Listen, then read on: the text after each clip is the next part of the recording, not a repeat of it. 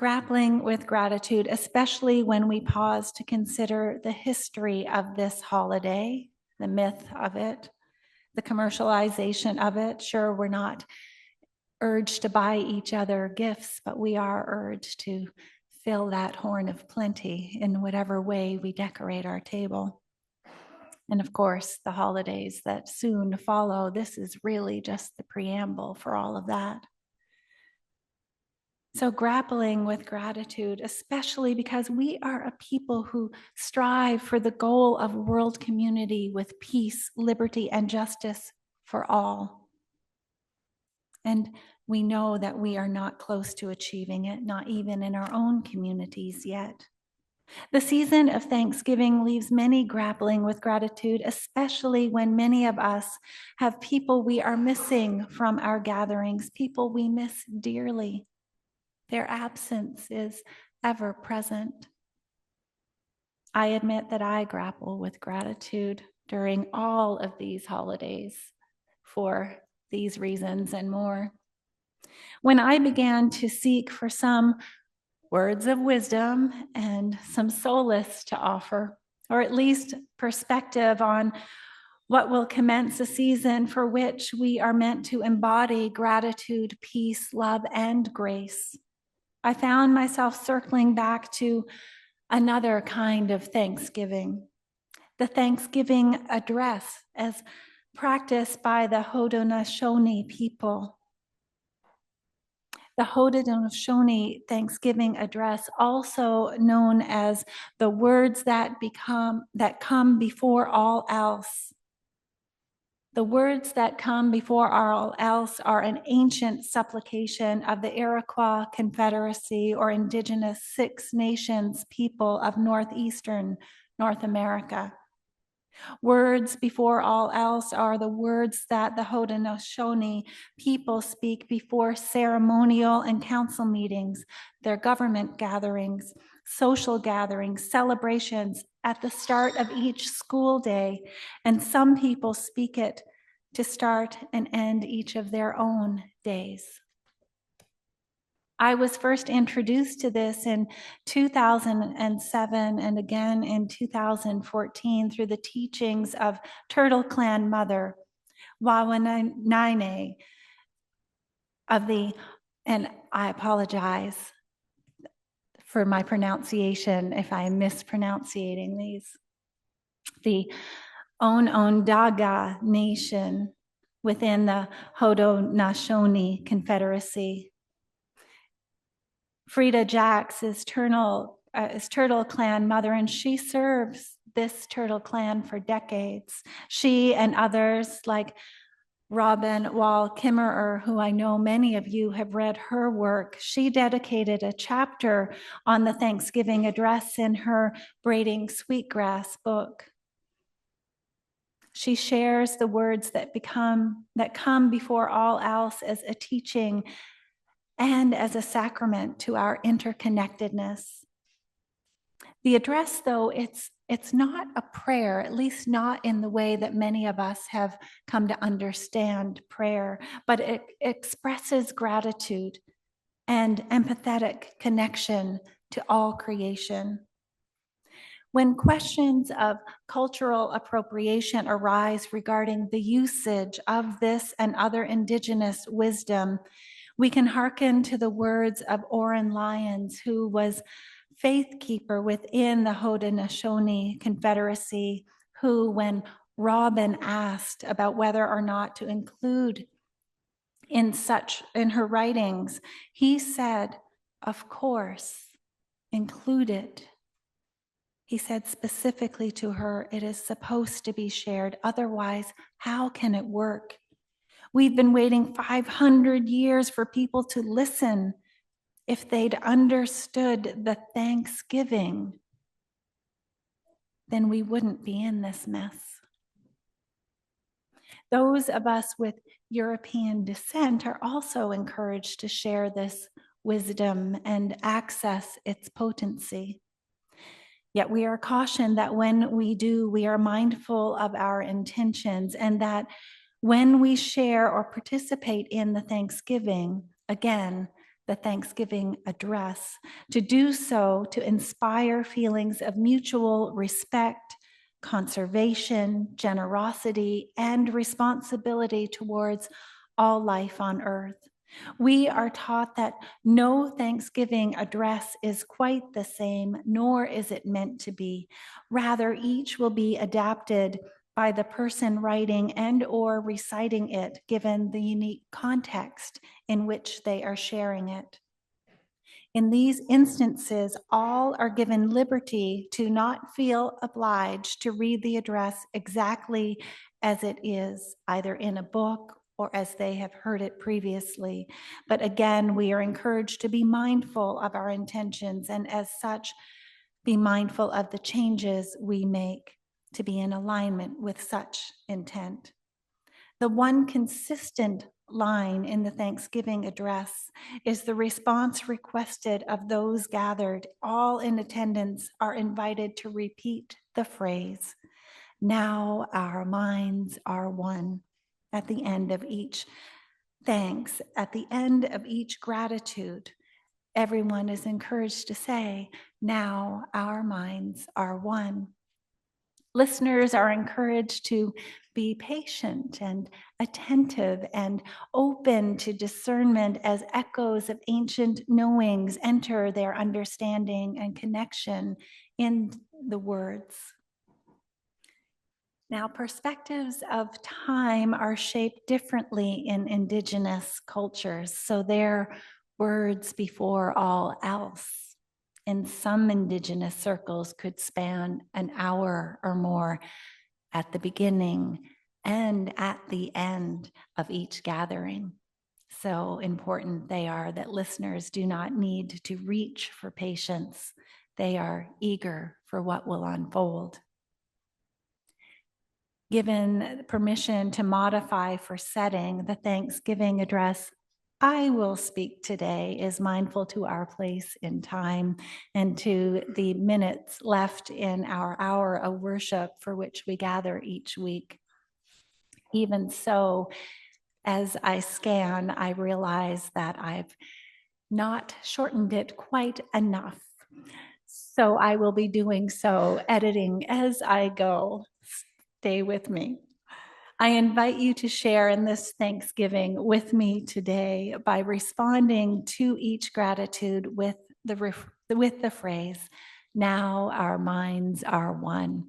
And I will add the caveat that in Unitarian Universalist settings, you do not have to repeat anything just because I asked you to. But if you would, that would be nice. Today we have gathered, as is our custom, and when we look upon the faces around us, we see the cycles of life continue, babies and the rest of us together. We have the honor of being together as all Earth's creatures. We have been given the duty to live in balance and harmony with each other and all living things, to seek harmony and justice and peace. So now let us bring our minds together as one as we give greeting and thanks to each other as people. Now our minds are one. We are thankful to be alive, and we are thankful to Mother Earth, for she gives us everything that we need. We are thankful for the abundance she provides. Now our minds are one. We give thanks to all the waters of the world for quenching our thirst, for providing strength and nurturing life for all beings. We know its power in many forms: waterfalls and rain, mists and stream, rivers and oceans, snow and ice. Water is essential to our lives, and we send it our gratitude.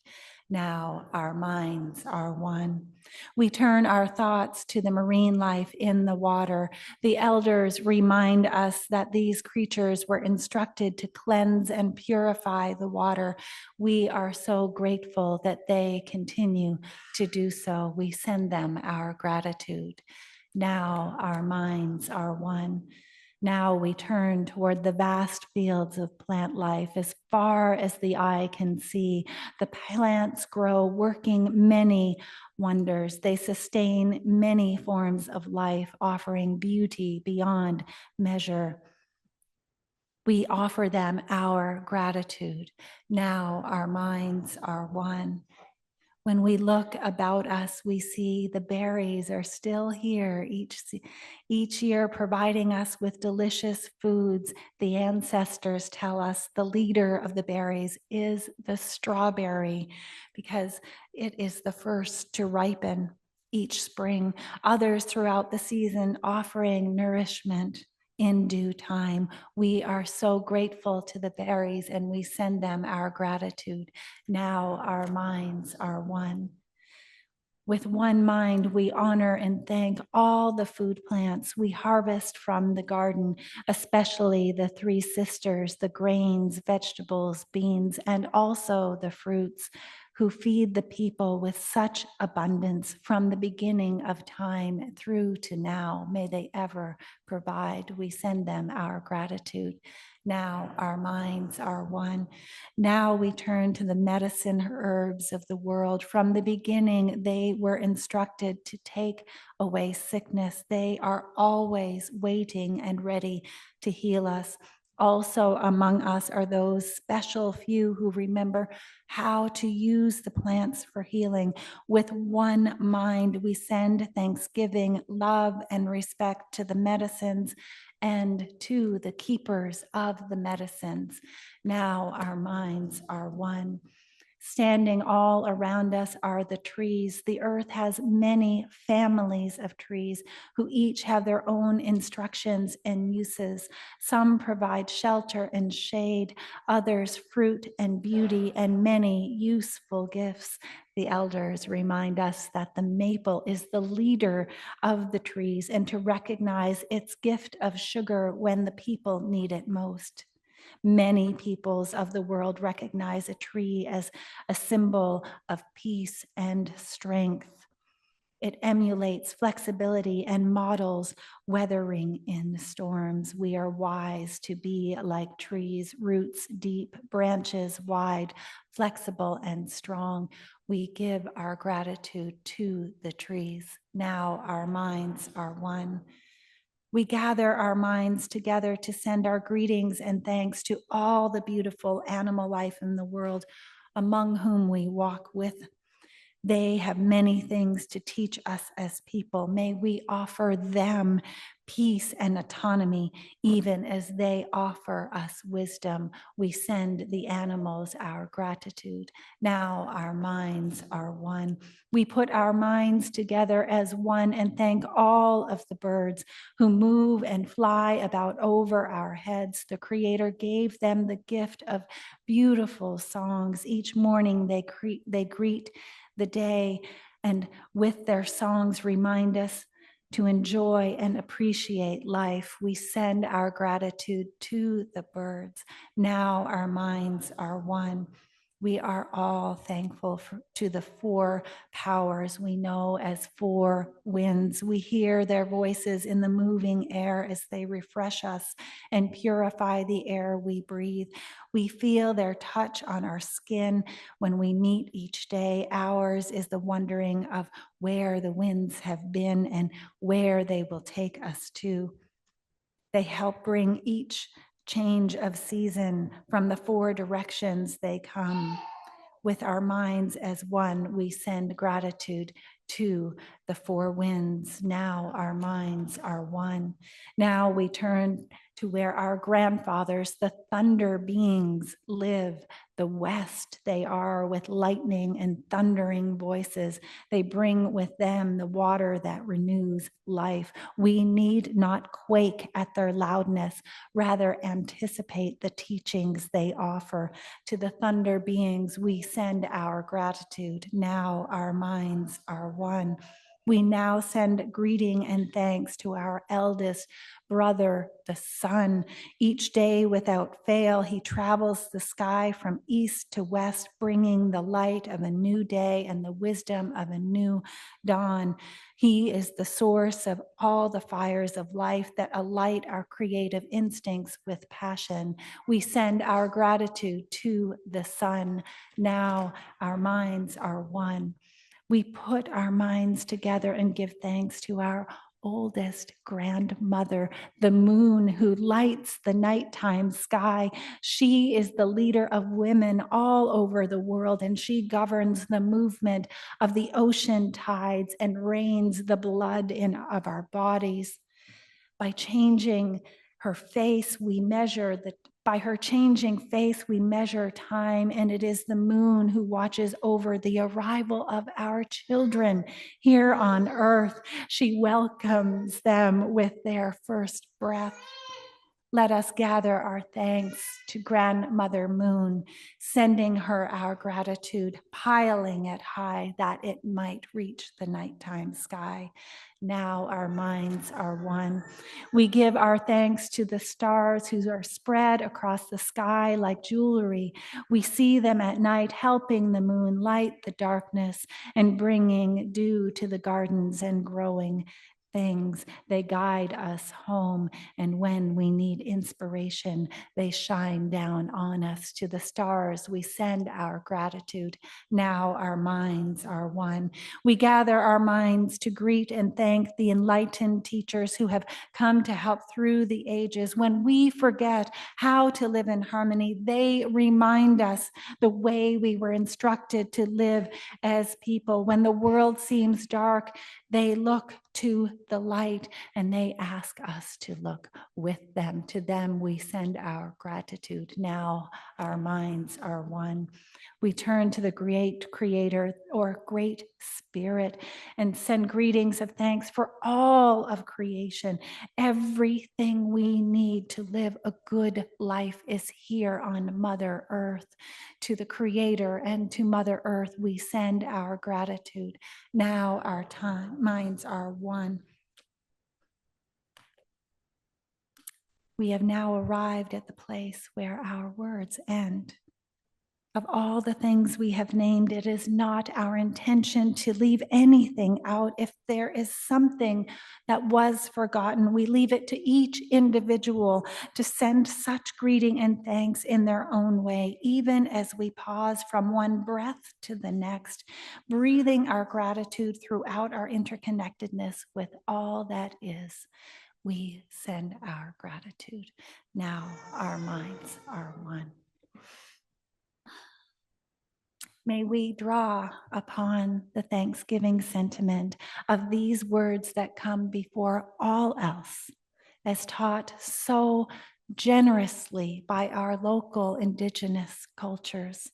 Remember them and share them whenever we come close to forgetting all the reasons we have to be grateful. And as a constant reminder of our interconnectedness with all life, and that includes each other. May it be so. And may your Thanksgiving, whatever form it takes, be beautiful and be blessed. Amen.